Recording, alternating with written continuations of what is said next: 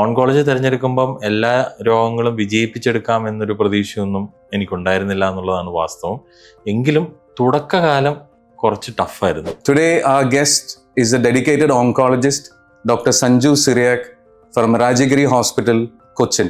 ഇന്ന് ഓൺകോളജിസ്റ്റ് ആയാലും സത്യം പറഞ്ഞാൽ എനിക്ക് ഒരുപാട് അഭിമാനമേ ഉള്ളൂ. കാരണം നമുക്ക് ചെയ്യാവുന്ന ഒരുപാട് നല്ല കാര്യങ്ങൾ ഈ ഒരു ഫീൽഡിലുണ്ടെന്ന് തന്നെയാണ് എൻ്റെ വിശ്വാസം. One of the biggest myths in cancer എന്ന് പറയുന്നത് cancer is caused by genetic reasons എന്നുള്ളതാണ്. Preventive activities should start much earlier എന്നുള്ളതാണ് ഇതിൻ്റെ അകത്ത് മെസ്സേജ്.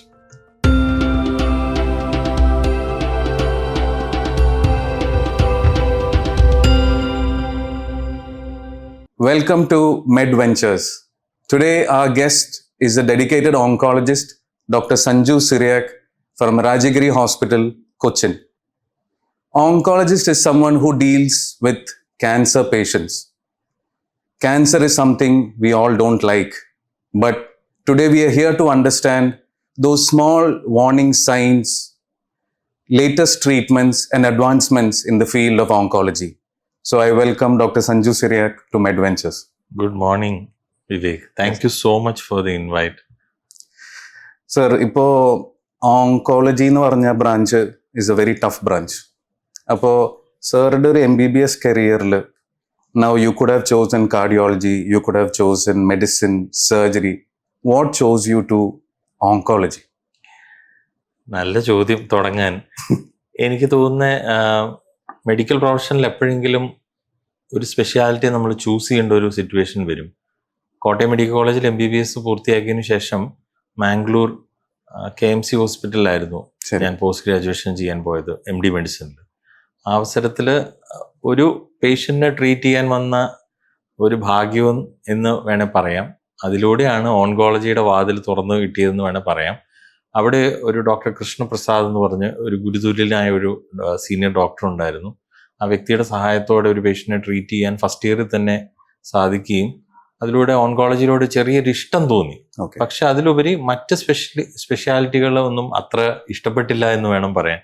ഇപ്പോൾ MD മെഡിസിൻ തീർന്നതിന് ശേഷം എൻ്റെ മുമ്പിലുണ്ടായിരുന്ന ചോയ്സ് എന്ന് പറയുന്നത് ഒന്നെങ്കിൽ മെഡിസിൻ തന്നെ തുടരുക, ഒരു ഫിസിഷ്യനായി തുടരുക, അല്ലെങ്കിൽ ഓൺകോളജിസ്റ്റ് ആകുക. വേറെ ഒരു ചോയ്സും എൻ്റെ മുമ്പിൽ ഉണ്ടായിരുന്നില്ല. അങ്ങനെ അടയാർ ക്യാൻസർ ഇൻസ്റ്റിറ്റ്യൂട്ടിൽ ഒരു വർഷം രജിസ്ട്രാർ ജോലി ചെയ്ത് അതിനുശേഷം എൻട്രൻസ് എഴുതിയാണ് DM മെഡിക്കൽ ഓൺകോളജിയിലോട്ട് പ്രവേശിച്ചത്. ഓക്കെ. ഇപ്പോൾ ഞാൻ ഓർത്തോപെഡിക്സ് കഴിഞ്ഞപ്പോൾ when I took up spine surgery എല്ലാവരും പറഞ്ഞു ഭയങ്കര റിസ്കിയാണ്, സ്പൈൻ എടുക്കരുത്. സോ സിമിലർലി ഓങ്കോളജി എന്ന് കേൾക്കുമ്പോൾ എല്ലാവരും പറയും ക്യൂർ ഇല്ല, ഇറ്റ്സ് എ ഡിപ്രസിങ് വേൾഡ്. അങ്ങനെ വല്ലപ്പോഴും anyone has pulled you back? Of course. ആദ്യം ഒരു പ്രൊഫഷൻ തിരഞ്ഞെടുക്കുമ്പോൾ ഞാൻ പോയത് നേരെ എൻ്റെ ഫാദറിൻ്റെ അടുത്താണ്. My dad was an ophthalmologist. Okay. അപ്പം ഡാഡി ആദ്യം എന്നോട് പറഞ്ഞത് ഇതേ കാര്യമാണ്, വേണോ, കാരണം ഒരുപാട് മരണങ്ങളൊക്കെ കാണേണ്ടി വരില്ലേ, അപ്പോൾ നിനക്ക് അത് വിഷമാവില്ലേ, വേണോന്ന് ഒരു 100 ആവർത്തി ചോദിച്ച് കുറച്ച് ഡോക്ടേഴ്സിൻ്റെ അടുത്തൊക്കെ അഭിപ്രായമൊക്കെ ചോദിച്ച് അതിന് ശേഷമാണ് ഓൺകോളജി തിരഞ്ഞെടുക്കാൻ ഞാൻ തീരുമാനിച്ചത്. ഓൺകോളജി തിരഞ്ഞെടുക്കുമ്പം എല്ലാ രോഗങ്ങളും വിജയിപ്പിച്ചെടുക്കാം എന്നൊരു പ്രതീക്ഷയൊന്നും എനിക്കുണ്ടായിരുന്നില്ല എന്നുള്ളതാണ് വാസ്തവം. എങ്കിലും തുടക്കകാലം കുറച്ച് ടഫായിരുന്നു. കാരണം പേഷ്യൻസിനെ ഡീൽ ചെയ്യുമ്പം അവരുടെ മരണങ്ങൾ എന്നൊക്കെ പറയുന്നത് ഞങ്ങൾക്ക് പലപ്പോഴും താങ്ങാവുന്നതിലധികമായിരുന്നു. കാരണം നമ്മൾ as A doctor we always believe in doing good for your patients, curing them. Right. But this is a world where cure എന്നുള്ളതിനേക്കാളും കുറേ അൺസർട്ടനിറ്റീസ് ഉള്ള ഒരു ലോകമാണ് ഓൺകോളജി. അപ്പം അതുകൊണ്ട് തന്നെ തുടങ്ങുമ്പോൾ ഒരു പതറിച്ച ഉണ്ടായിരുന്നു. ഇടയ്ക്ക് വെച്ച് നിർത്തി പോന്നാലോ എന്ന് വരെ ആലോചിച്ചൊരു സമയമുണ്ടായിരുന്നു. പക്ഷേ എന്തോ കണ്ടിന്യൂ ചെയ്തു. ഇന്ന് ഓൺകോളജിസ്റ്റ് ആയാലും സത്യം പറഞ്ഞാൽ എനിക്ക് ഒരുപാട് അഭിമാനമേ ഉള്ളൂ. കാരണം നമുക്ക് ചെയ്യാവുന്ന ഒരുപാട് നല്ല കാര്യങ്ങൾ ഈ ഒരു ഫീൽഡിലുണ്ടെന്ന് തന്നെയാണ് എൻ്റെ വിശ്വാസം. അല്ല, because I think oncology is on the rise now and I think you are doing a great service for the community. ഞാനൊക്കെ ചെറുപ്പകാലത്ത് കേൾക്കുമ്പോൾ ക്യാൻസർ അത്രയും വൈഡ് സ്പ്രെഡ് അല്ലായിരുന്നു. പക്ഷെ ഇപ്പോൾ ഞാൻ നോക്കുമ്പോൾ left, right and centre we have young people moving to an elderly age ഗ്രൂപ്പിലെ ക്യാൻസേഴ്സ് കാണാം. So what are the current causes for such a rise in cancer? Vivek പറഞ്ഞ ഒരു കാര്യം ശരിയാണ്. ക്യാൻസറിൻ്റെ ഇൻസിഡൻസ്, പുതിയ കേസസിൻ്റെ നമ്പർ ഒത്തിരി കൂടുന്നുണ്ടെന്നുള്ളത് ഞങ്ങളെല്ലാവരും പങ്കുവെക്കുന്ന ഒരു കാര്യമാണ്. 2020 കണക്ക് പ്രകാരം ഏകദേശം 2 കോടി ജനങ്ങളാണ് ഒരു വർഷം ക്യാൻസർ ലോകത്ത് വരുന്നതെന്ന് പറയുന്നത്. അത് 3 കോടിയിലേക്ക് 2040 ആകുമ്പോൾ എത്തുമെന്നാണ് നമ്മൾ പറയുന്നത്. അപ്പോൾ അത്രയും നമ്പർ ഹാൻഡിൽ ചെയ്യുക എന്ന് പറയുന്നത് തന്നെ നിങ്ങൾക്കറിയാം, നമ്മൾ എന്തോരം we have to be geared up for that. എന്താണ് കൂടാൻ കാരണമെന്ന് ചോദിച്ചാൽ വ്യക്തമായ ഉത്തരവില്ല. വൺ ഈസ് ഏജിങ് പോപ്പുലേഷൻ, പ്രായമാവുന്നു. നമ്മുടെ ഇപ്പോൾ കേരളത്തിന്റെ ഒരു കാര്യം എടുത്താൽ കേരളത്തിന്റെ സമൂഹത്തിന് പ്രായമേറുന്നു എന്നുള്ളത് നമുക്ക് എല്ലാവർക്കും അറിയാം. പ്രായമായവരുടെ ഒരു അസുഖം തന്നെയാണ് ക്യാൻസർ. കാരണം ഒരു 70% ആൾക്കാരും ഒരു 60 years എബോവ് ഉള്ള ഏജ് ഗ്രൂപ്പിലാണ് ക്യാൻസർ വരുന്നത്. എന്നാലും വിവേക് പറഞ്ഞ പോലെ യങ്സ്റ്റേഴ്സിന് ക്യാൻസർ വരുന്നത് ഞങ്ങൾ ഫേസ് ചെയ്യുന്ന ഒരു പ്രോബ്ലമാണ്. ഒരു അലാമിംഗ് റേറ്റിലുണ്ടോ എന്ന് ചോദിച്ചാൽ ഇല്ല. പക്ഷേ അൺയൂഷ്വലി ഒരു 20s 30s ബ്രസ്റ്റ് ക്യാൻസർ ഒക്കെ ഞങ്ങൾ മുമ്പത്തെക്കാളും കൂടുതലായിട്ട് കാണുന്നുണ്ട്. ചെറുപ്പക്കാരിൽ കുടൽ ക്യാൻസർ കാണുന്നുണ്ട്. അപ്പോൾ that is something alarming. That just means that ഈ പ്രിവെന്റീവ് ആക്ടിവിറ്റീസ് ഒക്കെ should start much earlier than what we think. We all think that okay we should enjoy our life in the beginning, adolescence and early adulthood enjoy ചെയ്യുക, പിന്നെ നമുക്ക് health ഒക്കെ പിടിക്കാമെന്ന് പറയുന്നതിന് പകരം preventive activities should start much earlier എന്നുള്ളതാണ് ഇതിൻ്റെ അകത്ത് message. So would you blame it on, generally everyone blames smoking, alcohol, lifestyle, lack of sleep. What are those main things which younger generation people need to look into? Yes, very good question. കാരണം എല്ലാവരും ക്യാൻസറിനെ തടയാൻ സാധിക്കില്ല എന്നൊരു പൊതുവെ ഒരു ധാരണയുണ്ട്. 30-50% cancers, അതായത് 10 പേരെ എടുത്താൽ 3 അല്ല 5 പേർക്ക് സ്മോക്കിംഗ് റിലേറ്റഡ് ക്യാൻസേഴ്സ് ആണ്. അത് നമുക്ക് മറക്കാൻ പറ്റില്ല. എല്ലാവരും മറന്നു പോകുന്ന ഒരു കാര്യമാണ് alcohol. Alcohol is classified as class 1 carcinogen by IARC. So അതിനൊരു സേഫ് ലിമിറ്റോ അങ്ങനെയൊന്നുമില്ല. Anything which becomes a habit is dangerous. Tobacco products, yes. Lifestyle, obesity, നമുക്ക് നമ്മുടെ ചുറ്റും നോക്കിയാൽ തന്നെ അറിയാം, പണ്ടത്തെ പോലെ അല്ല. നമ്മൾ ആവശ്യത്തിലധികം കഴിക്കുന്നു. So what I say is what ever is pleasure for you might cos cancer. Smoking, alcohol, sedentary lifestyle, eating too much, everything can cause cancer. So 30-50% of the time it is preventable. Okay. 10% cases hereditary. Rest we don't know why that happens. That is why we speculate. നമ്മൾ പറയും environmental pollution, pesticides. We look around and find everything that can cause cancer, right. Like microplastics, microwave oven എന്നൊക്കെ പറഞ്ഞു. Mobile phone radiation വരെ ആൾക്കാർ അതുകൊണ്ടാണ് പറയുന്നത്. പക്ഷെ നമ്മൾ മറന്നു പോകുന്നത് 30-50% of the time it is because of tobacco products. Alcohol, sedentary lifestyle, lack of exercise, overeating, sugar beverages, ഇതെല്ലാം can cause cancer in an indirect way. Will that cause directly എന്ന് ചോദിച്ചു കഴിഞ്ഞാൽ no, but probably it is because not like tobacco where you smoke and you get cancer. Somebody is smoking and coming with a lung cancer, we have no doubt to label him that this caused cancer. Right. But that is not the case with other things. The sugar beverages okay indirect reason aanu, because it causes obesity. The obesity, because of the lot of metabolic changes happening in the body, can cause cancer. Sir, നേരത്തെ കോസസിൽ പറഞ്ഞപ്പോൾ ഒരു വാക്ക് പറഞ്ഞു hereditary. അപ്പോൾ അത് genetic causes leading to cancer in coming ജനറേഷൻസിൽ എന്താണ് importance? One of the biggest myths in cancer എന്ന് പറയുന്നത് cancer is caused by genetic reasons എന്നുള്ളതാണ്. പലരും ഞങ്ങളോട് പങ്കുവെക്കുന്ന ഒരു തോട്ടാണ്. But it's absolutely wrong. 10% cases എന്ന് പറഞ്ഞാൽ 10 പേരിൽ ഒരാൾക്ക് ജനറ്റിക് റീസൺ കൊണ്ടുവരുന്നു. So what is genetic reason എന്ന് ചോദിച്ചു കഴിഞ്ഞാൽ they have what we call a genetic mutation running in the blood which can be transfer to the next generation. അപ്പം അങ്ങനെ വരുമ്പോൾ അത് കാരണം ക്യാൻസർ വരുന്നു എന്നുള്ള. പ്രധാനമായിട്ടും breast cancer, ovary cancer, colon cancer, ഇത് 3 ഞങ്ങൾ ഏറ്റവും കോമൺ ആയിട്ട് പറഞ്ഞത്. ബാക്കിയുള്ളതൊക്കെ വളരെ അപൂർവമാണ്. ചില genetic mutation like P53 mutation എന്നൊക്കെ പറയുന്നത് can cos any cancer. So ബ്രാക്ക mutation which can cos ഈ പറയുന്ന ബ്രസ്റ്റ് ക്യാൻസർ അല്ലെങ്കിൽ ഓവറി ക്യാൻസർ, അത് something which we can identify these days. മാത്രമല്ല കൃത്യമായ സ്ക്രീനിങ് കൊണ്ട് നമുക്കൊരു പക്ഷേ വളരെ ഏർലി ആയിട്ട് തന്നെ കണ്ടുപിടിക്കാൻ സാധിക്കുകയും ഈവൻ പ്രൊഫലാക്റ്റിക് സർജറീസ് വഴി നമുക്ക് വരുന്നത് മുൻകൂട്ടി തടയാനും ഒക്കെ പറ്റുന്ന ഒരു സിറ്റുവേഷൻ ഇന്നുണ്ട്. അതിനുള്ള ഫെസിലിറ്റി വൈഡ് സ്പ്രെഡ് ആയിട്ട് ഇപ്പോൾ അവൈലബിൾ ആണ്. സോ ഒരു കാര്യമുള്ളത്, ജനറ്റിക് റീസൺ കൊണ്ട് ക്യാൻസർ വരുമ്പോൾ പൊതുവെ യങ്സ്റ്റേഴ്സിനാണ് വരിക, Okay. പ്രായമായവർക്ക് വരുന്നതല്ല. ഉദാഹരണത്തിന് ബ്രസ്റ്റ് ക്യാൻസർ 40s-ലും 50s-ലും ഒക്കെ വരുമ്പോൾ ഞങ്ങൾ ഈ ബ്രാക്ക മ്യൂട്ടേഷനെ പറ്റി ചിന്തിക്കും. ചെറുപ്പക്കാർക്ക് ഓവറി ക്യാൻസർ വരുമ്പോൾ ഇതിനെപ്പറ്റി ചിന്തിക്കും.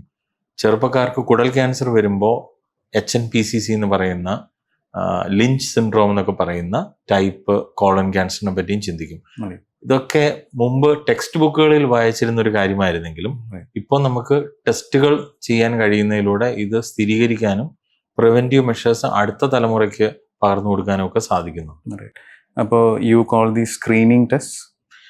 സോ സ്ക്രീനിങ് എന്ന് പറയുന്നത് ബേസിക്കലി എസിംറ്റമാറ്റിക് ഇൻഡിവിജ്വൽസ്, അതായത് ക്യാൻസർ ലക്ഷണങ്ങളൊന്നുമില്ല. ഇപ്പൊ ഞാനും വിവേകം ഇവിടെ ഇരിക്കുന്നു, നമുക്ക് ക്യാൻസർ ഉണ്ടോ എന്നറിയാൻ നമ്മൾ പോയി ടെസ്റ്റ് ചെയ്യുന്നതിനെയാണ് സ്ക്രീനിങ് എന്ന് പറയുന്നത്. Right. ഹൈ റിസ്ക് ഇൻഡിവിജ്വൽസ്, ഈ മ്യൂട്ടേഷൻസ് ക്യാരി ചെയ്യുന്ന ഒരു വ്യക്തിക്ക് സാധാരണ ഒരു വ്യക്തിയെക്കാട്ടിലും ക്യാൻസർ വരാനുള്ള ചാൻസസ് കൂടുതലാണ്. അപ്പൊ അവർക്ക് സ്ക്രീനിങ് സ്ട്രാറ്റജീസ് സെറ്റ് ചെയ്തിട്ടുണ്ട്, ഇങ്ങനെ ചെയ്യണം. Right. അപ്പോൾ അങ്ങനെ മാത്രമേ നമുക്ക് ഏർലി ആയിട്ട് ഐഡന്റിഫൈ ചെയ്യാൻ പറ്റത്തുള്ളൂ. ബാക്കി എല്ലാവരും ആവറേജ് റിസ്ക് പേഷ്യൻസ് ആണ്. Right. അതായത് ജനറ്റിക് റീസൺ ഇല്ലാത്ത ഒരു വ്യക്തി, ഒരു സ്ത്രീ നമ്മുടെ അടുത്ത് വന്നിട്ട് ഒരു ബ്രസ്റ്റ് ക്യാൻസർ സ്ക്രീനിങ് വേണമെന്ന് പറഞ്ഞാൽ അതിനാണ് നമ്മൾ മാമോഗ്രാം ചെയ്യുന്നത്. Right.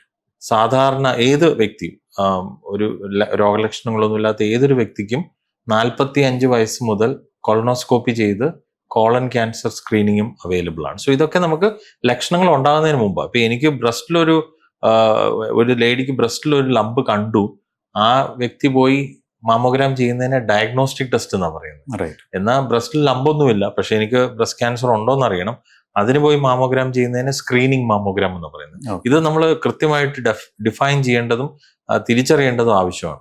ഒരു സർട്ടൺ ഏജ് ലിമിറ്റ് ഉണ്ടോ? വെൻ ഷുഡ് വി കൺസിഡർ ഈ screening test, like above 35, above 40, above 50, അങ്ങനെ എന്തെങ്കിലും ക്രൈറ്റീരിയാസ് ഉണ്ടോ? കറക്റ്റ്. സോ ക്യാൻസറിന്റെ ഒരു പ്രോബ്ലം എന്താണെന്ന് വെച്ചാൽ head to toe any organ can get cancer. ഓരോ ക്യാൻസറിനും ഓരോ രോഗലക്ഷണങ്ങളും ഓരോ ടെസ്റ്റുമാണ്. ഓക്കെ. അതുകൊണ്ട് തന്നെ സ്ക്രീനിങ് എന്ന് പറയുന്ന ഒരു സ്ട്രാറ്റജി ഫോളോ ചെയ്യാൻ നമ്മൾ ചില ക്രൈറ്റീരിയ ഉണ്ട്. ഓക്കെ. മെയിൻ തിങ്, ഈ ക്യാൻസർ വളരെ കോമൺ ആയിട്ടുള്ള ഒരു ക്യാൻസർ ആവും, അപൂർവമായിട്ടുള്ള ഒരു ക്യാൻസർ. ഫോർ എക്സാമ്പിൾ നമ്മുടെ നാട്ടിൽ മെലനോമ, ബ്രെയിൻ ട്യൂമർ, അതൊക്കെ റെയർ ആണ്. It happens but it's very rare. അപ്പൊ അവർക്ക് വേണ്ടി നമ്മൾ നാട്ടിൽ എല്ലാവർക്കും പിടിച്ച് സ്ക്രീനിങ് ചെയ്യുന്നത് പ്രാക്ടിക്കൽ അല്ല. ബ്രസ്റ്റ് ക്യാൻസർ വളരെ കോമൺ ആണ്, number 1 cancer among women. So that mandates screening. So ഏറ്റവും കോമൺ ആയിരിക്കണം, ഒരു സ്ക്രീനിങ് ടെസ്റ്റ് അവൈലബിൾ ആയിരിക്കണം. That is mammogram. Okay. Third thing is screening test should identify cancer at an early stage. Right. Fourth thing is ഈ test ചെയ്യുന്നതിലൂടെ, identify ചെയ്യുന്നതിലൂടെ, treat ചെയ്യുന്നതിലൂടെ cure ചെയ്യാനും നമുക്ക് പറ്റണം. ഈ ക്രൈറ്റീരിയ മീറ്റ് ചെയ്യുന്ന ചുരുക്കം ക്യാൻസേഴ്സേ ഉള്ളൂ. 1 is breast cancer, 2nd is colon cancer, 3rd is cervical cancer, 4th is oral cancer, controversial but still prostate cancer. ഇങ്ങനെ കുറച്ച് ക്യാൻസേഴ്സിന് മാത്രം സ്പെസിഫിക് ആയിട്ടുള്ള ടെസ്റ്റാണ്. ഞാൻ ഒരു വ്യക്തിക്ക് പോയി മാമോഗ്രാം ചെയ്യാൻ അഡ്വൈസ് ചെയ്യുവാണെങ്കിൽ അത് ബ്രസ്റ്റ് ക്യാൻസറിന് വേണ്ടിയുള്ള സ്ക്രീനിങ് ആണ്. ബ്രസ്റ്റ് ക്യാൻസറിന് സ്ക്രീനിങ് നെഗറ്റീവ് ആയാലും ക്യാൻസർ ഇല്ല എന്നല്ല അർത്ഥം. അതായത് ബ്രസ്റ്റ് ക്യാൻസർ ഇല്ലെന്ന് മാത്രമേ നമുക്ക് പറയാൻ പറ്റത്തുള്ളൂ. സ്ക്രീനിങ് ടെസ്റ്റിന്റെ ഒരു കുഴപ്പം എന്താണെന്ന് വെച്ചാൽ റിപ്പീറ്റഡ് ആയിട്ട് നമ്മൾ ടെസ്റ്റ് ചെയ്യണമെന്നുള്ളതാണ്. ഒരു തവണ ടെസ്റ്റ് ചെയ്യുന്നതിന് കുറച്ച് കാലത്തെ വാലിഡിറ്റി ഉള്ളൂ. ഫോർ എക്സാമ്പിൾ, മാമോഗ്രാം ചെയ്താൽ 1 year 2 year വാലിഡിറ്റി മാക്സിമം നമുക്ക് പറയാൻ പറ്റത്തുള്ളൂ. എന്നാൽ കോളൻ ക്യാൻസറിന് നമുക്ക് ഒരു 10 years വരെ വാലിഡിറ്റി ഉണ്ട്. So you have to do it every 10 years. Oral cancer every year, cervical cancer depending on the type of test. ഇപ്പോൾ HPV ബേസ്ഡ് ടെസ്റ്റ് ഒക്കെ ആണെങ്കിൽ 5 years കൂടുമ്പോൾ ചെയ്താൽ മതി. ഇങ്ങനെ ടെസ്റ്റുകൾ വേരി ചെയ്യുന്നുണ്ട്. എന്നാൽ ഞാൻ ഈ പറഞ്ഞ പോലെ ഇപ്പോൾ കൂടെ ആമാശയ cancer, stomach cancer, there is no screening test right now available in India. But very because it is very rare in Kerala. Now see, in Japan and China, or South Korea, I believe, so there they have screening strategy because it is very common there. So they do endoscopies every year and find out cancer at an early stage. They even do non-invasive, not surgical methods അല്ലാതെ endoscopic procedures കൊണ്ട് തന്നെ early stage cancers treat ചെയ്യുന്ന ഒരു ഗ്രൂപ്പാണ്. അതിന്റെ ബേസിൽ ഇവിടെ എല്ലാവരും endoscopy every year ചെയ്യേണ്ട കാര്യമില്ല, because it is not that common here. So you need to identify what are the needs of our society and then devise strategies. Unfortunately, we don't have system for that. Most of the time we do these tests based on whatever is mentioned in the books in the West. Okay. Now, to tell you something personally, now I'm turning 40 in a couple of days. Now, Welcome to the club. so what are these 2 to 3 tests? Now, after starting this journey with MedVentures, I've got a lot of information from different people. It's good. ഒരു certain way അത് ഗുഡാണ്. ചില സമയത്ത് ചെറിയ പേടിയും മനസ്സിലുണ്ട്. അപ്പോൾ now since ഇപ്പോൾ ഞങ്ങൾ ക്യാൻസറിനെ പറ്റിയാണ് സംസാരിക്കുന്നത്, ഞാനിപ്പോൾ 40 ആവാൻ പോവാണ്. What are those 2 to 3 screening test ഞാൻ മസ്റ്റ് ആയിട്ട് ചെയ്യേണ്ടത്? ഫസ്റ്റ് തിങ് ഈസ് നമ്മൾ ഇതിനകത്തൊരു പേടിയുടെ ആവശ്യമില്ല. Okay. ഞങ്ങളോട് ചോദിച്ചാൽ every day we encounter patients, അവരുടെ സിംറ്റംസ് ഒക്കെ കേൾക്കുമ്പോൾ നമ്മളും പ്രായം മുമ്പോട്ട് പോകുമ്പോൾ ഈ പറഞ്ഞ 40 ക്ലബിലോട്ട് കയറി കഴിയുമ്പോൾ you start worrying that those symptoms could flag cancer even in me. Right. So അങ്ങനെ നമ്മൾ ഭയപ്പെടേണ്ട കാര്യമില്ല. But having said that, for you at 40, nothing as of now. Okay. So you have to, ഇപ്പോൾ അമേരിക്കൻ ഗൈഡ്ലൈൻസ് പ്രകാരം 45 years എന്നാ പറയുന്നത് കോളനോസ്കോപ്പിക്ക്. So I did colonoscopy when I turned 45. Okay. So that unless you do what you preach, Right. there is no point in going to the public and saying that you have to do screening. You have to do yourself. Right. Same happened with my family also. Like breast cancer screening in a mammogram ചെയ്യണമെന്ന് പറഞ്ഞ് I was thinking I have not done for my mother, so I took her and got it done. Right. I think she has done 3 times. Oh. അപ്പോൾ അത് that is how you have to believe in what you are preaching. Correct. So for you at 40 years, nothing as of now. Probably when you turn 45, you can do a colonoscopy. Then later, when you turn 50, depending on you whether you accept or not, ഈ PSA സ്ക്രീനിങ്ങിന്റെ കുറെ controversies ഉണ്ട്. അതിനെ base ചെയ്തിട്ട് may be PSA test you can do. ബാക്കി 2 ടെസ്റ്റും screening strategies available ആയിട്ടുള്ളത് female പേഷ്യൻസിനാണ്. അവർക്ക് at the age of 40 or 50, again depends. 40 എന്ന് പറയുന്ന ഗൈഡ് ലൈൻസും ഉണ്ട്, 50 എന്ന് പറയുന്ന ഗൈഡ് ലൈൻസും ഉണ്ട്. അപ്പം അവര് ഒരു 40-50 ഇയേഴ്സ് ആകുമ്പോൾ മാമോഗ്രാം ചെയ്യണം. Cervical cancer screening starts much earlier at the age of 21. Fortunately, it is dropping. The incidence is dropping drastically in Kerala. Okay. So it's rather a very rare disease thanks to better what we call the sexual hygiene. Okay. ഇപ്പോൾ normally ഒരു patient gets detected വിത്ത് cancer, സാറുടെ ഒരു step wise approach when A patient approaches N oncologist എന്തായിരിക്കും? ശരിയാണ്. അതിൻ്റെ ഒരു root മനസ്സിലാക്കുന്നത് എല്ലാവർക്കും cancer treatment എങ്ങനെയാണെന്നുള്ളത് അണ്ടർസ്റ്റാൻഡ് ചെയ്യാൻ ഉപകരിക്കുമെന്ന് എനിക്ക് തോന്നുന്നത്. നമുക്ക് ബ്രസ്റ്റ് ക്യാൻസറിന്റെ കാര്യം എടുക്കാം. ബ്രസ്റ്റിൽ ഒരു തടിപ്പ് ഒരു ലേഡി നോട്ട് ചെയ്യുന്നു. സ്വാഭാവികമായിട്ട് ആൾ പേടിച്ചു പോകുന്നു, സംശയം വരുന്നു, ബ്രസ്റ്റ് ക്യാൻസർ ആണോ? ആദ്യം ഒരു സർജനെ അല്ലെങ്കിൽ ഗൈനക്കോളജിസ്റ്റിനെ കാണിക്കുന്നു. നെക്സ്റ്റ് സ്റ്റെപ്പ് എന്ന് പറയുന്നത് ഒരു ഡയഗ്നോസ്റ്റിക് ടെസ്റ്റാണ്. അതാണ് ഏത് ക്യാൻസറിനാണെങ്കിലും. ബ്രസ്റ്റ് ക്യാൻസറിന് നമ്മൾ മാമോഗ്രാം റിക്വസ്റ്റ് ചെയ്യുന്നു, മാമോഗ്രാം ചെയ്യുന്നു. മാമോഗ്രാമിൽ ട്യൂമർ ക്യാൻസറസ് ആണോ എന്ന് സംശയം റേഡിയോളജി ഡോക്ടർ റിപ്പോർട്ട് ചെയ്യുന്നു. അടുത്ത സ്റ്റെപ്പ് എന്ന് പറയുന്നത് കൺഫർമേഷനാണ്. അതിന് എപ്പോഴും ബയോപ്സി വേണം. നൗ ബയോപ്സി കേട്ടിട്ടുണ്ടാവും, പലരും പറയും ബയോപ്സി ചെയ്ത് കഴിഞ്ഞാൽ ട്യൂമർ സ്പ്രെഡ് ആവും. But understand that biopsy is only information, it's A crucial information. അതിൽ നിന്ന് മാത്രമേ നമുക്ക് ട്രീറ്റ്മെൻറ്റ് പ്ലാനിങ് ഒക്കെ എക്കാലത്ത് നടക്കത്തുള്ളൂ. സോ ക്യാൻസർ കൺഫർമേഷൻ ഇല്ലാതെ നമ്മളൊരു ട്യൂമർ റിമൂവ് ചെയ്ത് കഴിഞ്ഞിട്ട് പിന്നെ അത് കൂടുതൽ പ്രോബ്ലം ആകത്തേ ഉള്ളൂ. So confirmation is always with the biopsy. Once biopsy confirmation വന്നാൽ then usually we go for what we call the staging. The staging depending on ട്യൂമറിൻ്റെ ഒരു early ആണോ അഡ്വാൻസ്ഡ് ആണോ എന്നൊക്കെ അനുസരിച്ച് നമ്മൾ ഡീറ്റെയിൽഡ് ആയിട്ടുള്ള സ്കാനിങ്. ബ്രസ്റ്റ് ക്യാൻസറിനാണെങ്കിൽ വളരെ ഏർലി സ്റ്റേജ് ആണെങ്കിൽ മിനിമം എക്സ്റേ അൾട്രാസൗണ്ട് ഒക്കെ മതിയാവും. അല്ലായെങ്കിൽ നമ്മൾ പെറ്റ് സ്കാൻ ഒക്കെ ചെയ്യും. അപ്പം അതിലാണ് ട്യൂമറുടെ ഏത് സ്റ്റേജ് ആണെന്ന് നമ്മൾ ക്ലിനിക്കൽ റേഡിയോളജിക്കൽ സ്റ്റേജ് ഒക്കെ മനസ്സിലാക്കിയിട്ട് then we go for the treatment planning. So ഇത്രയും ഇൻഫർമേഷൻ വന്നു കഴിഞ്ഞിട്ട് ട്രീറ്റ്മെന്റ് പ്ലാനിങ്. ഇപ്പൊ ട്രീറ്റ്മെന്റ് പ്ലാനിങ്ങിൽ സർജറി, റേഡിയേഷൻ, കീമോ ഇതൊക്കെ ഉണ്ട്. അപ്പൊ അതിന്റെ സീക്വൻസ് നമ്മൾ തീരുമാനിക്കുന്നതും ഈ ട്യൂമറിന്റെ സ്റ്റേജും അതുപോലെ ട്യൂമറിന്റെ ടൈപ്പ് പത്തോളജിയിൽ വരുന്നതും നോക്കിയിട്ടാണ്. ഇത് രണ്ടും നോക്കി ചില പേഷ്യൻസിന് നമ്മൾ നേരെ ഓപ്പറേഷൻ ചെയ്യാൻ സജസ്റ്റ് ചെയ്യും. ചില പേഷ്യൻസിന് ആദ്യം കീമോ കൊടുത്ത് ട്യൂമർ ചുരുക്കിയിട്ട് ഓപ്പറേഷൻ ചെയ്യാൻ പറയും. ഇതാണ് അതിൻ്റെ ഒരു യൂഷ്വൽ രീതി. റൈറ്റ്. ഇപ്പോൾ സാർ 2-3 വാക്ക് പറഞ്ഞു, കീമോതെറപ്പി, ഇമ്മ്യൂണോതെറപ്പി, റേഡിയേഷൻ. ഇതിൻ്റെ പറ്റി what is chemotherapy, what is radiation therapy? Can you just give A small idea? So cancer treatment mainly 3 methods. One is surgery, one is chemo, one is radiation. ഇത് മൂന്നും ഏതെങ്കിലും ഒരു കോമ്പിനേഷനിൽ, ചില പേഷ്യൻസിന് ഏതെങ്കിലും ഒരു മൊഡാലിറ്റി മതി, ചില പേഷ്യൻസിന് 3 മൊഡാലിറ്റിയും വേണം, ചില പേഷ്യൻസിന് 2 മൊഡാലിറ്റിയുടെ കോമ്പിനേഷൻ ഇത് നമുക്ക് ആവശ്യം വരും. കീമോതെറാപ്പി എന്ന് പറയുന്നത് ക്യാൻസർ മരുന്നുകളാണ്. കീമോതെറാപ്പിയുടെ ചരിത്രം 1950s തുടങ്ങുന്നു. അപ്പോൾ ഈ ക്യാൻസർ എന്ന് പറയുന്നത് റാപ്പിഡ്ലി ഡിവൈഡിങ് സെൽസ് ആണെന്നുള്ളതും അതിന് മൈറ്റോസിസ് നമ്മൾ പറയുന്നത്, അതിനെ തടയാൻ വേണ്ടിയിട്ട് ഈ ഡിവൈഡിങ് സെൽസിനെ ഡിസ്ട്രോയ് ചെയ്യുന്ന മരുന്നുകൾ വേണമെന്നുള്ള ഒരു കോൺസെപ്റ്റിലാണ് ഈ മെഡിസിൻസ് വന്നു തുടങ്ങിയത്. പക്ഷേ പഴയ മരുന്നൊന്നും അല്ല, ഇക്കാലത്ത് ഒരുപാട് റിഫൈൻഡായി.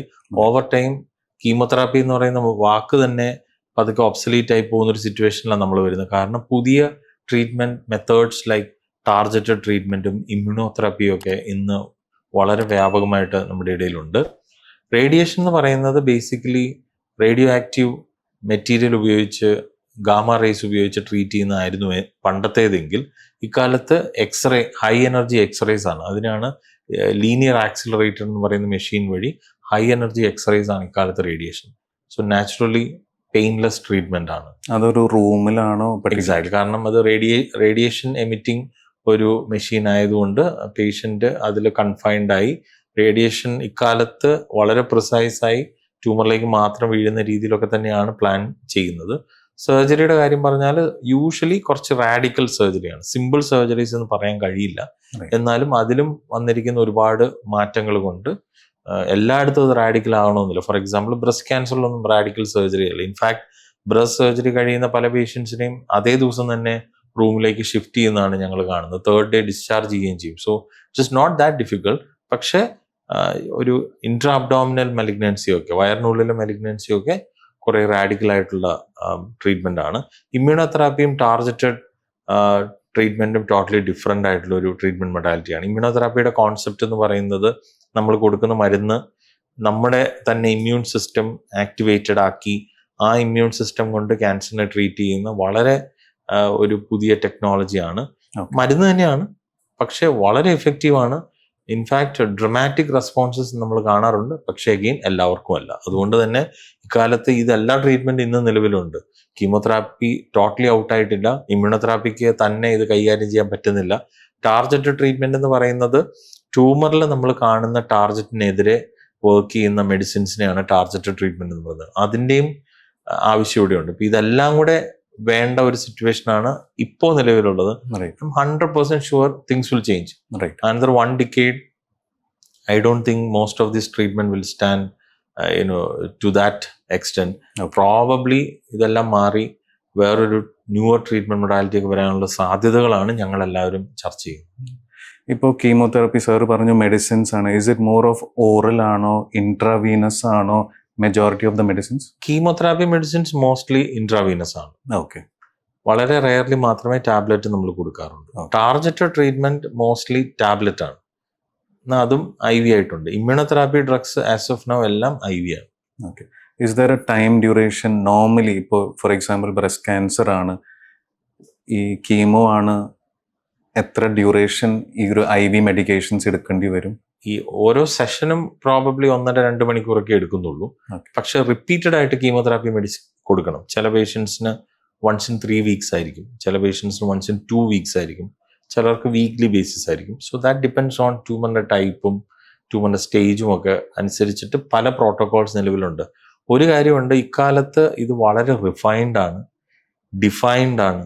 സോ കൺഫ്യൂഷൻ ഒന്നുമില്ല. If anybody who is following the protocol, he or she has got the highest chances of cure എന്നാണ് ഞങ്ങൾ പറയുന്നത്.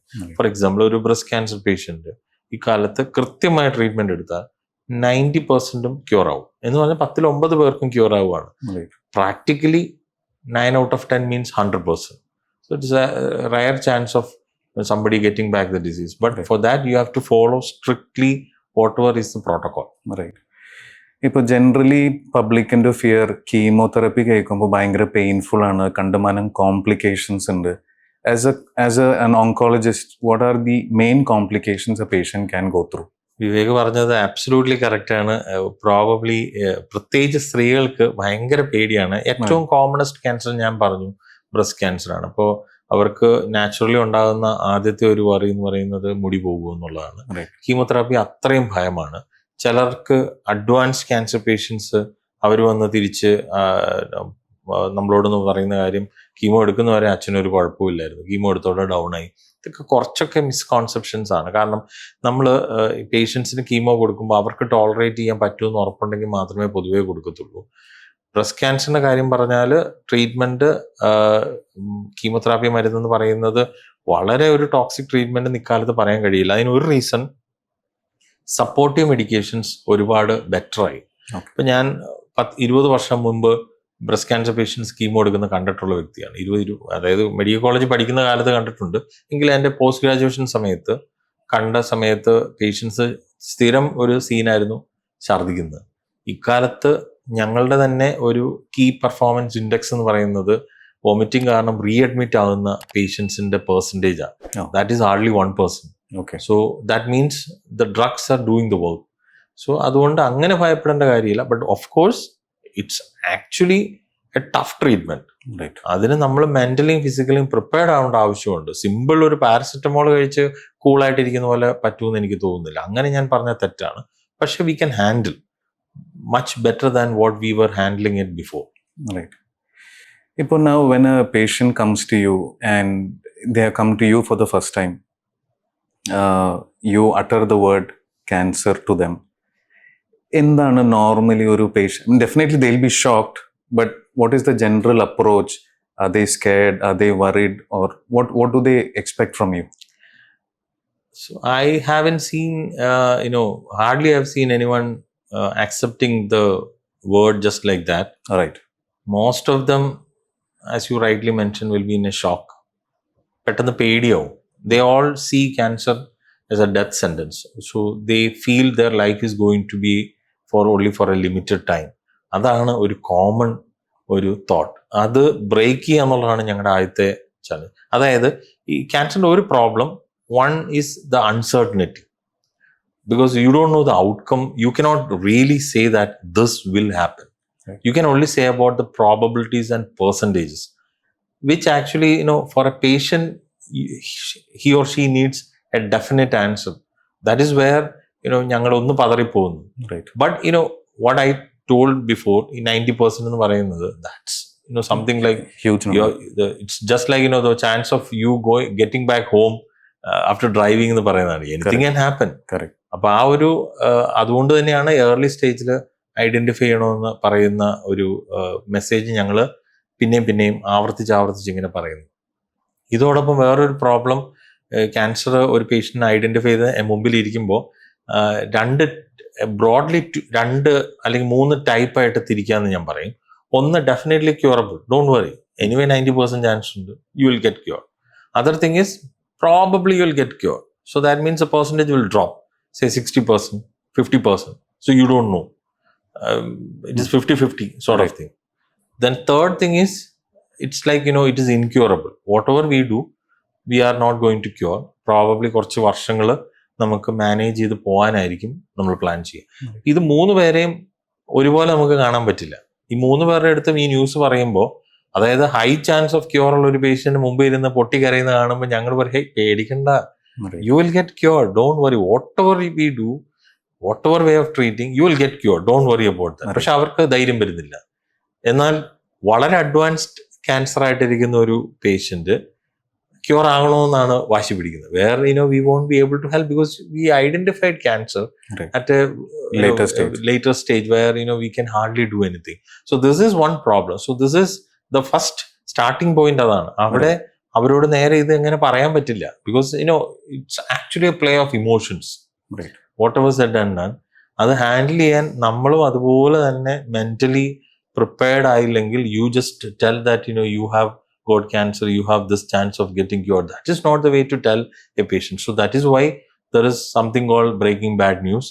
That is why we try to improve ourselves to how to explain to each patient is different. Right. Our emotions, our mental build-up different, our family support different, the way they handle any crisis in their life different. So there is no one particular way of explaining things. But as you rightly mentioned, the first thought of fear of death break ചെയ്യുക എന്നുള്ളതാണ് ഞങ്ങളുടെ മുമ്പിലെ ഏറ്റവും വലിയ challenge. That is exactly the emotion they go through when they hear the word. ഇപ്പോൾ sir പറഞ്ഞു breast cancer is curable. Now if we have a set of common cancers seen, which is the worst and which is the best which we can get good recovery? ഒരു പേര് പറയാൻ എനിക്ക് പേടിയാണ്, കാരണം കേട്ടോണ്ടിരിക്കുന്നതിനിടയിൽ ആൾക്കാർ അത് കേൾക്കും. That is one problem. But അതുകൊണ്ട് തന്നെ ലീസ്റ്റ് പോസിബിൾ ക്യൂർ കേസസ് എന്ന് ഞാൻ ഒരു ഗ്രൂപ്പ് പറയുന്നില്ല. കാരണം ഈ അഗെയിൻ ദർ ഓൾസോ ഈ പറഞ്ഞ പല കാര്യങ്ങളെ ആശ്രയിച്ചിട്ടാണ് ക്യൂർ റേറ്റ് നിൽക്കുന്നത്. So let's not talk about the least possible. But breast cancer early stage എന്ന് പറയുമ്പോൾ ഇക്കാലത്ത് 1 to 3 വരെ ഏർലി സ്റ്റേജാണ്. Okay, not even third stage കഴിയുമ്പോൾ എല്ലാം കഴിഞ്ഞു എന്ന് ചിന്തിക്കുന്ന ചിന്താഗതിയൊക്കെ ഞങ്ങളിപ്പോൾ കാണാറുണ്ട്. ലിംഫോമാസ്, ലുക്കീമിയാസ്, ഇതൊക്കെ ഡെഫിനറ്റ്ലി ഒരു curable malignancy. Colon cancer, stomach cancer to some extent, ഇതൊക്കെ വളരെ ക്യൂറബിൾ ആണ്. ടഫ് ക്യാൻസേഴ്സ് എന്ന് പറയുന്നത് ലങ് ക്യാൻസർ ഒക്കെയാണ്. Lung cancer is a tough cancer, but again depending on the stage we can go. But remember, if I am getting a patient or myself getting a diagnosis, and if I am hearing that we have treatment where I can extend your life for another few years nu parnayna, that should be kind of relief rather than distress. Okay, so if it is not curable, what can be done ennulla oru second question kude adinte kude nammal chodikkan palappozhum maranu പോകും. നമ്മൾ ആദ്യത്തിൽ തന്നെ stuck ആയി നിൽക്കും. Correct. For example multiple myeloma. പണ്ട് multiple മയലോമ patients വരുമ്പോൾ 2 to 3 years എന്നൊക്കെ പറഞ്ഞുകൊണ്ടിരുന്നത്. Now we C, even when I started my practice here 14 years back, so I was telling them maybe 2-3 years, 4 years, 5 years. Now അന്ന് start ചെയ്ത patients ഇന്ന് survive ചെയ്യുന്നുണ്ട്. Like 13-14 years ആയിട്ട് ഇപ്പോഴും follow അപ്പിൽ വരുന്നുണ്ട്. then only you also realize that okay, they are doing good, right? They are recovering, because ഈ ഒരു treatment മൊഡാലിറ്റീസിൽ വന്ന ഒരു എക്സ്പ്ലോഷൻ റീസെന്റ് വന്നത്. അതൊരു കഴിഞ്ഞ ഒരു 10-15 വർഷം കൊണ്ട് വന്ന മെയിൻ കാര്യം, കുറെ ഡ്രഗ്സ് വന്നു, treatment protocols put in place, so we know how to treat them. പുതിയ ട്രീറ്റ്മെന്റ് പിന്നെയും വരുന്നുണ്ട്, ആൾക്കാരുടെ അവയർനെസ് ബെറ്റർ ആവുന്നുണ്ട്. So consequent to that cure rates are much better than what we had before. ഒരു patient perspective ചോദിച്ചാൽ, ഇപ്പോൾ എൻ്റെ അടുത്ത് ഒരു പേഷ്യന്റ് വരാണ്, എനിക്ക് MRIയിൽ കാണുമ്പോൾ ക്യാൻസർ കാണാം. റിലേറ്റീവ്സ് പറയണ, ഡോക്ടർ പേഷ്യൻ്റെ അടുത്ത് പറയണ്ട കേട്ടോ, ഞങ്ങളുടെ അടുത്ത് പറഞ്ഞാൽ മതി. സാറുടെ ഒരു അഭിപ്രായത്തിൽ പേഷ്യൻ്റ് ഇത് അറിയണോ ആസ് ഫസ്റ്റ് ഹാൻഡ്, അതോ ത്രൂ റിലേറ്റീവ്സ് ആണോ ഇത് അറിയേണ്ടത്? ടിപ്പിക്കൽ ക്ലിനിക് സിനാരിയോ ആണ്. നൗ പേഴ്സണലി സ്പീക്കിംഗ് പേഷ്യൻ്റ് അറിയുന്നതാണ് നല്ലത്. But having said that, I tell to patients, അല്ല ബൈസ്റ്റാൻഡേഴ്സിൻ്റെ അടുത്ത് ഇത് പറയുമ്പോൾ ഞാൻ പറയാറുണ്ട്, if you are in his place, മക്കള് ഡിസിഷൻ എടുക്കുന്നത് എത്രമാത്രം കംഫർട്ടബിൾ ആയിരിക്കും നിങ്ങൾക്കെന്ന് ചോദിക്കാറുണ്ട്. അപ്പോൾ അവർ മനസ്സിലാവും, but still they don't want to tell. One is they don't know how to tell. Second thing is they can handle the emotions. I say to them, don't worry about that, it's my job, we have a team here, will do that, you don't worry about that. Now ഇപ്പോൾ ഒരു കാര്യം നടക്കുന്നത്, പുറത്ത് ജോലി ചെയ്യുന്ന ഒരുപാട് പേരുണ്ട്. അപ്പോൾ അവർ നാട്ടിൽ വരുമ്പം അവരും ഇത് തന്നെ പറയും. Then I tell you, go to your ഈ abroad പോകുന്ന ക്ലിനിക്കിൽ പോകുമ്പം, when did your doctor told you to get out of the room, wait outside, I'll talk to your mother or your son or daughter? No. So always decision maker എന്ന് പറയുന്നത് patient ആണ്. But cultural differences ഉണ്ട്. So we cannot insist, we can just tell, we can help them. Psychology ഹെൽപ്പൊക്കെ നമുക്ക് കൊടുക്കാനുള്ള facility ഇന്നുണ്ട്. That is Y ഇന്നത്തെ പഴയ പ്രാക്ടീസ് ഒന്നും അല്ല. ഇപ്പം ഞങ്ങളുടെ ടീമിൽ സോഷ്യൽ വർക്കർ ഉണ്ട്, സൈക്കോളജിസ്റ്റ് ഉണ്ട്. അവരൊക്കെ ഈ ഇമോഷൻസ് കൈകാര്യം ചെയ്യാൻ വേണ്ടിയിട്ടുള്ള ആൾക്കാരാണ്. അത് അറിഞ്ഞ് ചെയ്യുന്നതും, പേഷ്യൻ്റ് ഈ രോഗത്തെപ്പറ്റി അറിഞ്ഞിട്ട് ട്രീറ്റ്മെന്റിന് പോകുന്നതും അറിയാതെ ട്രീറ്റ്മെന്റ് പോകുന്നതും തമ്മിൽ ഒരു കമ്പാരിസണും ഇല്ല. Because you know tomorrow that you have a limited time to live. If I know that I have a limited time to live, probably I would have done so many things during those days, അല്ലേ? അത് അറിയണമെങ്കിൽ I should know that I have a limited time to live. But unfortunately അത് പറയാനുള്ള ഒരു culture നമ്മുടെ നാട്ടിലായിട്ടില്ല. ഇന്നും decision making പലപ്പോഴും മക്കളോ, കുട്ടികളുടെ കാര്യം ഞാൻ പറയുന്നില്ല, അത് ഡെഫിനറ്റ്ലി പേരൻസ് എടുക്കണം. പക്ഷെ പ്രായമായവരുടെ കാര്യത്തിൽ തീരുമാനം എടുക്കുന്നത് മക്കളാണ്. ഞാൻ പലപ്പോഴും അവരോട് പറയും, you just ask your father whether he wants to get treated. Maybe he doesn't want to get treated. Why you want to treat him? ഒരു ഇൻക്യൂറബിൾ ക്യാൻസർ ആണെങ്കിൽ മക്കള് ചിലപ്പോൾ അപ്പനെ ട്രീറ്റ് ചെയ്യുന്നത് കാണാം. Just go and ask him. He will say sometimes, I had my life, I don't want to get treated. Respect that decision, അല്ലേ? അത് പക്ഷെ അറിയണമെങ്കിൽ നമ്മൾ സംസാരിക്കണ്ടേ? Correct. So there are ways of helping people, but unfortunately the taboo remains. So if we say that you go and meet psychologists, they say no, we don't have any psychological problem. No, that is not for that. Right. You have to get professional help. You have to pour out your emotions എന്നാണ് ഞാൻ പറയുന്നത്. Keep bottling up emotions, it will be a mess. ഇപ്പൊ recent ഞാനൊരു പേഷ്യന്റെ കാര്യം പറഞ്ഞാല്, റൂമിനകത്ത് കയറുമ്പോൾ എന്നും പേഷ്യന്റിനെ എന്നെ കാണുമ്പം അങ്ങോട്ട് തിരിഞ്ഞു നിൽക്കും. കാരണം he's not getting better because his disease is bad. But problem is he is not aware that his disease is bad. ഞാൻ ഈ പറയുന്നതെല്ലാം ബൈസ്റ്റാൻഡേഴ്സിന്റെ അടുത്താണ്. So every day it becomes a kind of struggle because he is not aware and bystanders are aware. So that's a conflict which I think is unwanted, but I think over time this will improve because the mindset is changing. So I think next maybe 1 or 2 decades later things will be much better. But Vivek പറഞ്ഞ correct ആണ്, patient അറിയുന്നത് തന്നെയാണ് നല്ലത്. സാറുടെ ഈ 2 patient experiences പറഞ്ഞില്ലേ, അതിൽ sir ഒരു വാക്ക് പറഞ്ഞു, റിക്കറൻസ് ഓർ റിലാപ്സ് ആയിട്ട് വന്നു. എല്ലാവരുടെയും ഒരു പേടി സ്വപ്നമാണ് ക്യാൻസർ വന്നു കഴിഞ്ഞാൽ റിലാപ്സ് അല്ലെങ്കിൽ റിക്കറൻസ് വരാൻ സാധ്യതയുണ്ട്. ഏതൊക്കെ ക്യാൻസേഴ്സിന് ആണ് റിലാപ്സ് വരാൻ സാധ്യത, and if so can it be treated? So ഞാൻ തുടക്കത്തിൽ എവിടെയോ പറഞ്ഞെന്ന് തോന്നുന്നു, ഈ പ്രോബബിലിറ്റീസ് ആൻഡ് പെർസെൻറ്റേജസ് നമ്മൾ പറയുന്നതിൻ്റെ issue. That is the reason is because this risk of recurrence.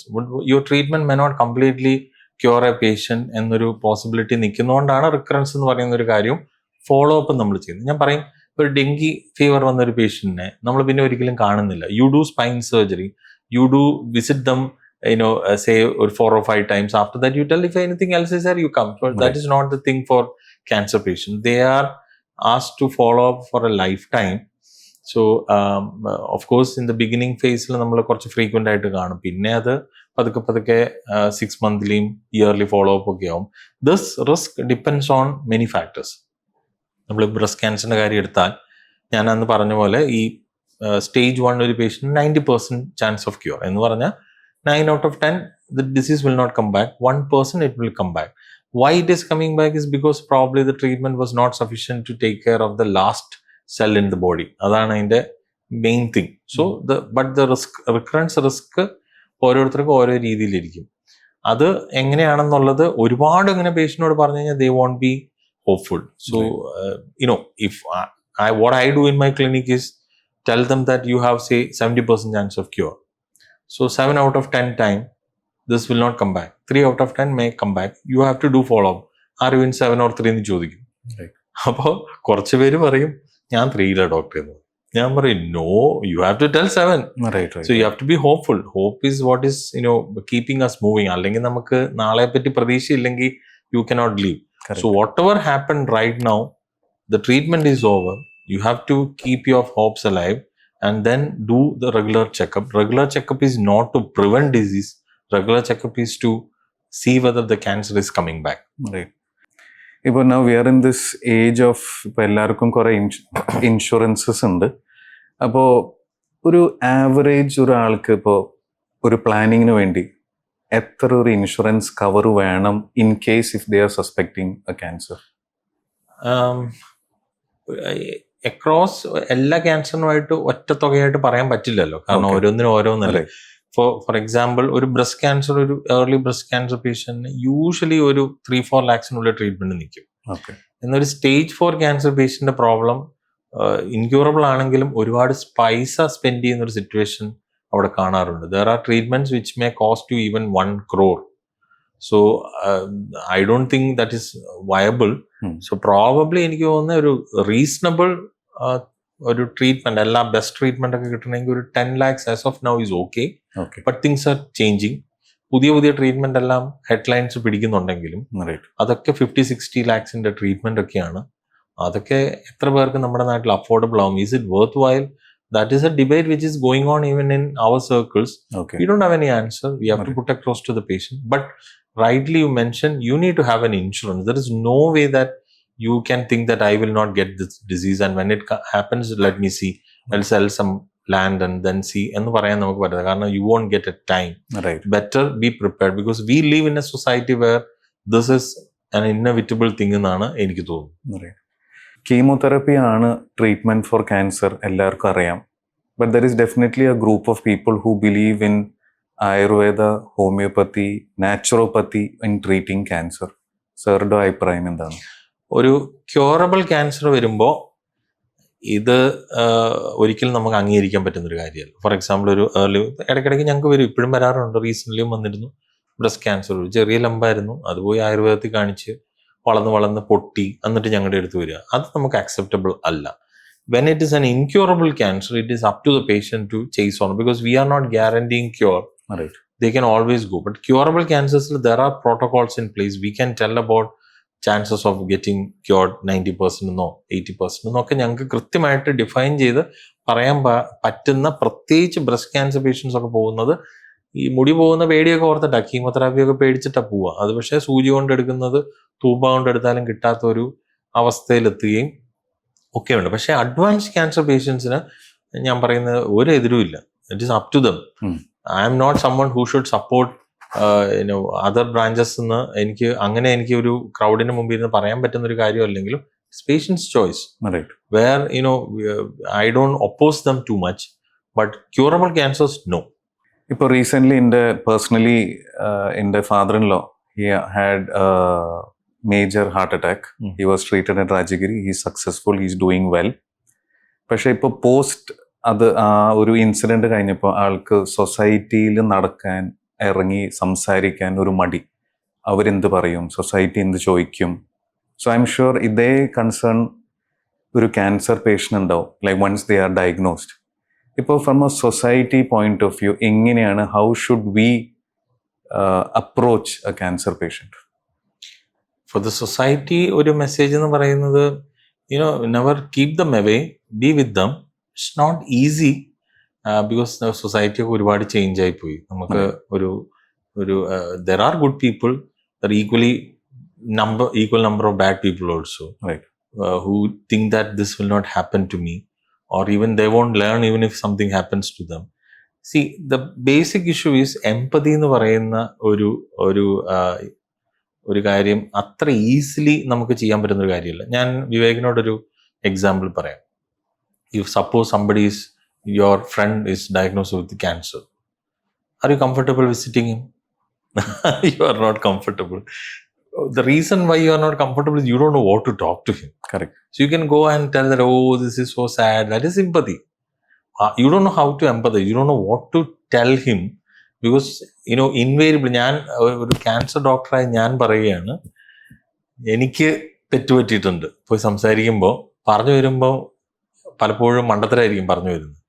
So if that is A case, നമ്മളെപ്പോലുള്ള ആൾക്കാർക്ക് അങ്ങനെയാണെങ്കിൽ ഒരു സൊസൈറ്റിയിലുള്ള ഒരു സൊസൈറ്റി ആസച്ച് നമ്മൾ നോക്കുമ്പം for them it is very difficult. They don't know how to handle. So better that അറിയാൻ മേലെങ്കിൽ പോയി വിസിറ്റ് ചെയ്യരുതെന്ന് ഞാൻ പറയുന്നത്. പോയി എന്തെങ്കിലും മണ്ടത്തരം പറഞ്ഞ് അവരെ ടെൻഷൻ അടിപ്പിക്കും. പറഞ്ഞു വരുമ്പോൾ ഏതെങ്കിലും പേഷ്യന്റ് മരിച്ച കാര്യമൊക്കെ ആയിരിക്കും നമ്മൾ പറയുന്നത്. That's a problem. Rather if you can stand by the side of the patient in silence, listening to them, telling that we will pray for you, anything you want help, we will do. അങ്ങനത്തെ കാര്യങ്ങൾ പറയാൻ നമ്മൾ പലർക്കും അങ്ങനെ അറിയില്ല എന്നുള്ളതാണ്. Empathy is A very very difficult emotion even for doctors. അപ്പോൾ നമുക്ക് സൊസൈറ്റി അങ്ങനെ കാണാൻ പറ്റില്ല. ബട്ട് കാലം മാറി, ഒത്തിരി അങ്ങനെ അകറ്റി നിർത്താൻ സൊസൈറ്റിക്ക് ഇന്ന് പറ്റുന്നില്ല. കാരണം സൊസൈറ്റിയിലെ പലർക്കും ക്യാൻസർ പിടിപെടാൻ തുടങ്ങി. പണ്ട് വൺസ് ഇൻ എ വൈൽ വരുന്ന ഒരു അസുഖമായിരുന്നു, ഒരു ഡെത്ത് സെന്റൻസ് പോലെ കണ്ടിരുന്നതാണ്. ഈ റീസൺസ് കൊണ്ടൊക്കെയാണ് മാറിയിരുന്നത്. പിന്നെ ഒരു റീസൺ ഇവര് പകരുമോ എന്നുള്ളൊരു പേടിയുണ്ടായിരുന്നു. പോയി കണ്ടാൽ അതെങ്ങാനും കയറി പിടിച്ചാലോ എന്നുള്ള ഇതുണ്ടായിരുന്നു. അങ്ങനത്തെ തോട്ട്സ് ഒന്നും ഇപ്പോൾ ഇല്ല. കാരണം awareness is much better these days. അതുകൊണ്ട് തന്നെ കാഴ്ചപ്പാടിൽ വ്യത്യാസം വരുന്നുണ്ട്. അതുകൊണ്ടാണ് ഒരുപാട് ക്യാൻസർ റിലേറ്റഡ് ആക്ടിവിറ്റീസ് നടക്കുന്നത്.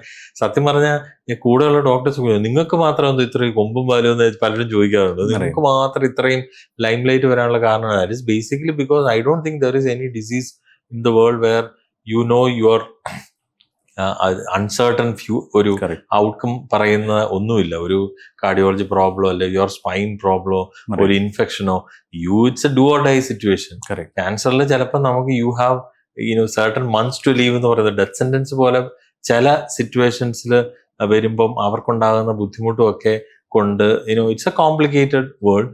So but awareness is the key. Right. Identifying cancer at an early stage is the key. If you can do that, half of our problems will be gone. Right.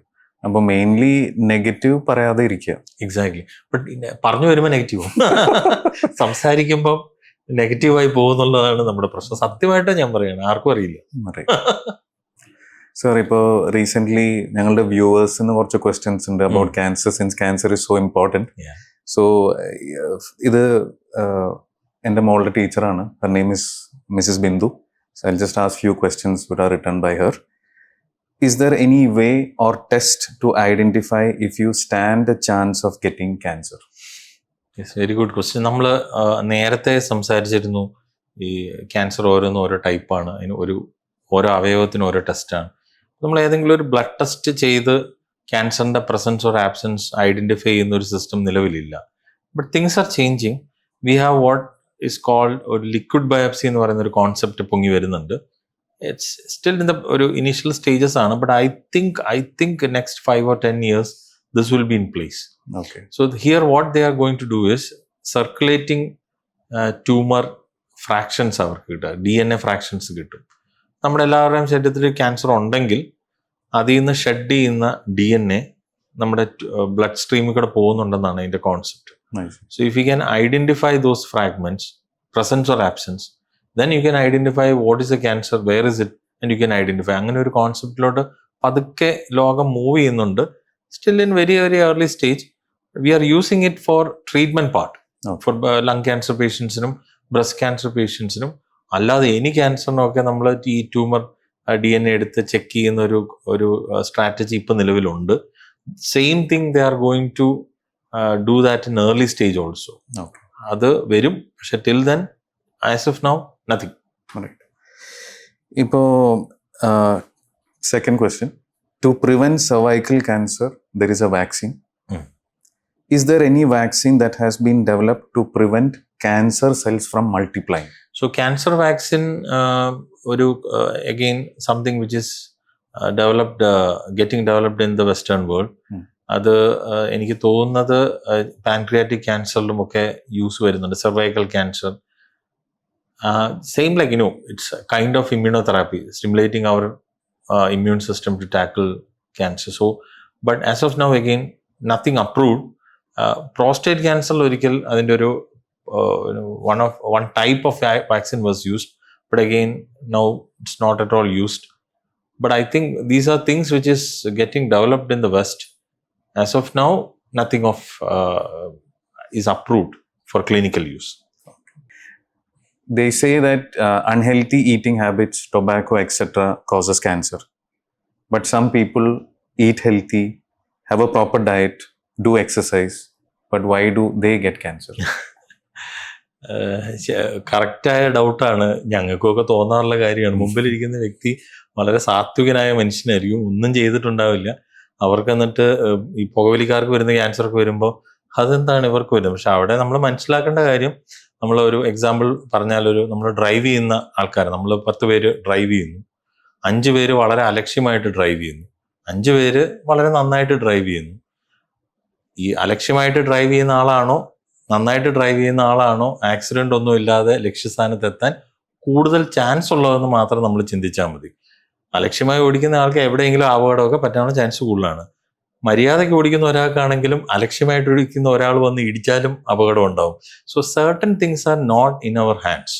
അതാണ് ഇതിനകത്തെ catch. പക്ഷെ that doesn't mean that ഞാൻ careless ആയിട്ട് live ചെയ്താൽ അയാൾക്ക് കിട്ടിയല്ലോ എന്നാൽ എനിക്ക് കിട്ടും. That is an excuse what we tell for our so-called the bad lifestyle. Right. അപ്പോൾ next question is from lady call Sunny. So Sunny, thank you for your question. ഈ സെർവൈക്കൽ ക്യാൻസറിന് ഇപ്പോൾ HPV വാക്സിൻ എന്നും പറയുന്നുണ്ട്. Is it worth it?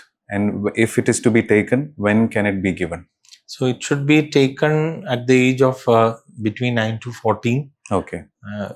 Before they start sexual activity എന്നാ പറയുന്നത് adolescent girls. നമ്മുടെ നാട്ടില് ടീൻ സെക്സ് എന്ന് പറയുന്നത് അങ്ങനെ ഒരു കോമൺ ആയിട്ടുള്ള കാര്യമൊന്നുമില്ല. അതുകൊണ്ടാണ് വെസ്റ്റിൽ അങ്ങനെ ഒരു ടൈം ലൈൻ പറഞ്ഞിരിക്കുന്നത്. So that is basically 9 to 14 years ഏജിൽ ഉള്ള പെൺകുട്ടികളെ HPV ഒരു ആൻറ്റിബോഡി ഡെവലപ്പ് ചെയ്യാൻ പറ്റിക്കഴിഞ്ഞ് കഴിഞ്ഞാൽ practically cervical cancer can be eliminated. So the task before the government is to eliminate cervical cancer by I think 2040. They have 40 or 30, I don't exactly remember, but then they have a plan like that. Okay. With widespread vaccination of adolescent girls. So it is worthwhile. We have to do. It's actually something which we do for our young girls. Okay. Any role at taking at the age of 30, 35, 40? Once sexual activity starts, then you're automatically exposed to HPV na parayunnu. So Okay. then there is no point. Okay. So then you have to do screening. Right. Fourth question. What does each stage mean? Stage 1, stage 2, stage 3, stage 4. Stage എന്ന് പറയുന്നത് basically നമ്മൾ രോഗത്തിന്റെ ഒരു അവസ്ഥ മനസ്സിലാക്കാനും അതിന്റെ complexity മനസ്സിലാക്കാനും treatment plan ചെയ്യാനൊക്കെ തന്നെയാണ് ചെയ്യുന്നത്. സ്റ്റേജിന് 3 ലെവലിൽ നമ്മൾ സ്റ്റേജ് ചെയ്യാറുണ്ട്. ഒന്ന് ക്ലിനിക്കൽ സ്റ്റേജ്, എൻ്റെ പരിശോധനയിൽ എനിക്ക് തോന്നുന്ന സ്റ്റേജ്. റേഡിയോളജിക്കൽ സ്റ്റേജ്, അതായത് സ്കാനൊക്കെ ചെയ്തിട്ട് നമ്മൾ നിർണ്ണയിക്കുന്ന സ്റ്റേജ്. പിന്നെ പത്തോളജിക്കൽ സ്റ്റേജ്, ഓപ്പറേഷൻ ചെയ്താൽ അത് പരിശോധനയ്ക്ക് വിടുമ്പോൾ ഉള്ള സ്റ്റേജ്. ഇത് 3 ഒരേ ലെവലിലായിരിക്കണമെന്നില്ല.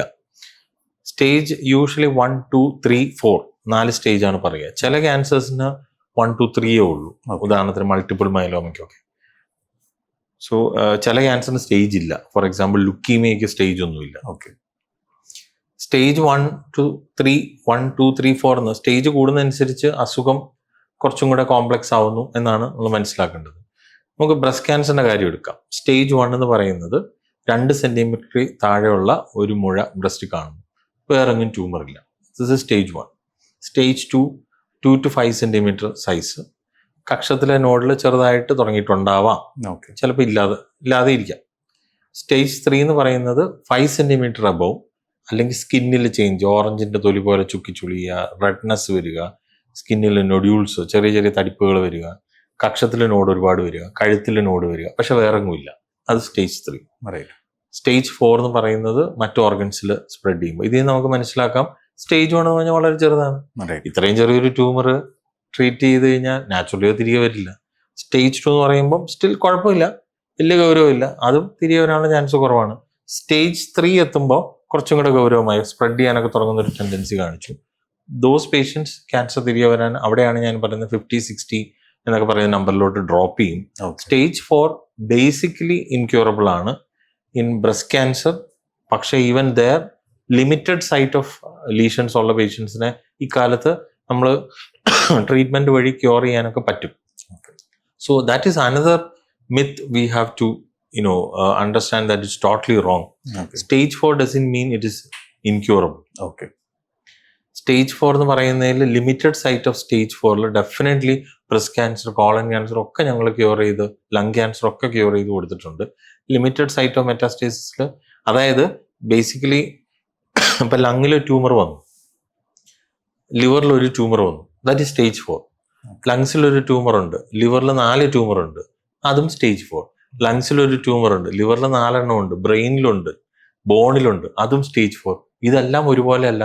ഓഫ് കോഴ്സ് ആദ്യം ഞാൻ പറഞ്ഞ ലിമിറ്റഡ് സൈറ്റ് ഓഫ് ഡിസീസ് വരുന്നിടത്ത് Right. കുറച്ചും കൂടെ ഔട്ട്കം ബെറ്റർ ആണ്, കാരണം അവരുടെ ലോഡ് ഓഫ് ഡിസീസ് കുറവാണ്.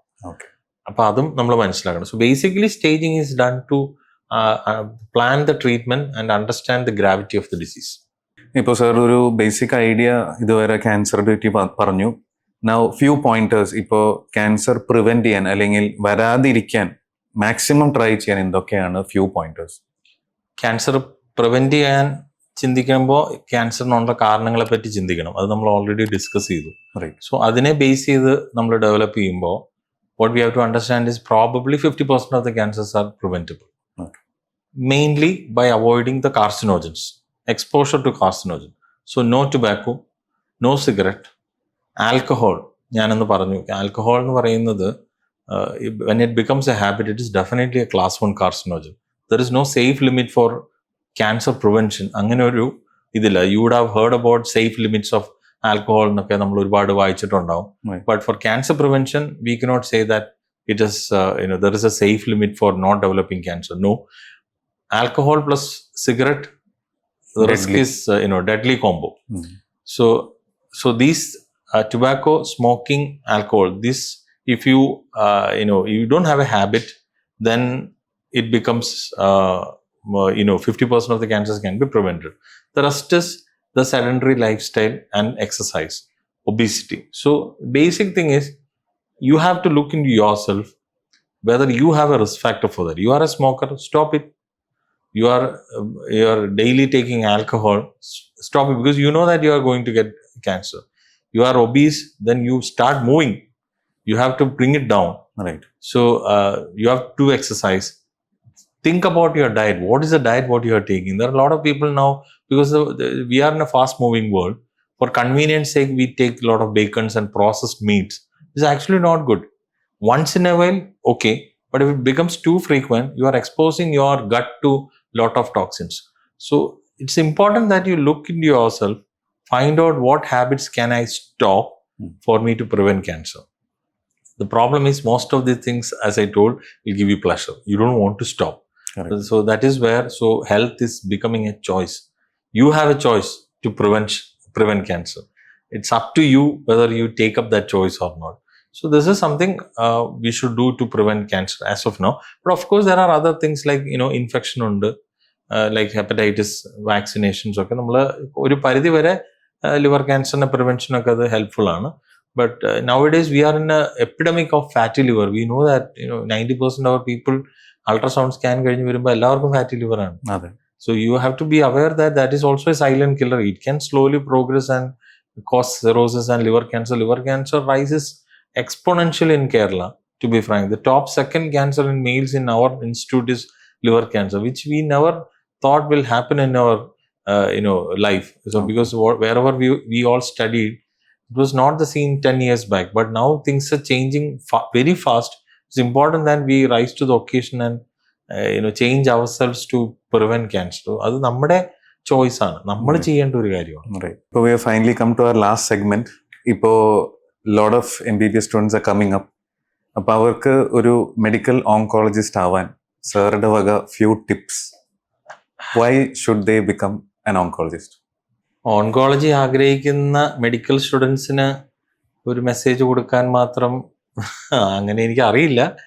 എങ്കിലും what I will say is, oncology അങ്ങനെ ഒരു ലുക്രേറ്റീവ് ഒരു പ്രൊഫഷനായിട്ട് ആരും അവതരിപ്പിക്കാറില്ല. കാരണം we deal with lot of suffering, lot of emotions. And but future എന്ന് പറയുന്നത് we need hands to tackle cancer patients. ഞാൻ ഓൺകോളജിയിൽ ജോയിൻ ചെയ്യുന്നതിന് മുൻപ് അടയാറ് ജോലി ചെയ്ത ഒരു സമയത്ത്, പഠിക്കുന്നതിന് മുമ്പ്, dealing with these patients, kids getting treated, one point I thought I should not. So I asked my seniors, I don't think this suits me, I will go back. Then one senior told, yeah, you go back. The other senior told, but Sanju, we need someone to handle these patients, right? If everybody is saying this, who will take care of these patients? So that was that question actually turned my life. So that's how it happened. Okay. What I will tell to the MBBS students will be like, cancer patients are going to be here. The numbers are going to go up. We need more hands. Right. It's a tough disease. You need not become a superhero to tackle cancer. You just need to be a human being. Stand by the side of patient. Sit in silence. Listen to them. Talk to them, console them, empathize with them. For that, you need not become a superhuman to, have all the weapons in your hand and kill cancer cells. It's impossible. So that is not the goal, but you can do a lot of good things. You can become a better human being if you are an oncologist. That should be my message. Thank you. So with that message, sir, thank you so much for having your presence here on our platform Adventures. So I wish you, your complete team at Rajagiri, the complete oncology department, all the best and wish you more success. Thank you, Vivek. So ഞാൻ ആദ്യം ഭയങ്കര anxious ആയിരുന്നു, nervous ആയിരുന്നു. ആദ്യമായിട്ടാണ് ഇങ്ങനെ ഒരു experience. ടോപ്പിക്കിനെ പറ്റി സംസാരിക്കുന്ന പോലെ അല്ല. You almost covered everything. പ്രൊഫഷൻ്റെ എല്ലാ വശങ്ങളും, ബട്ട് ഡിസീസിൻ്റെ വശങ്ങളും പേഴ്സണൽ വശങ്ങളും, which I have not shared with anyone. But I also feel happy that I could spend some time today. Thank you so much. Thank you.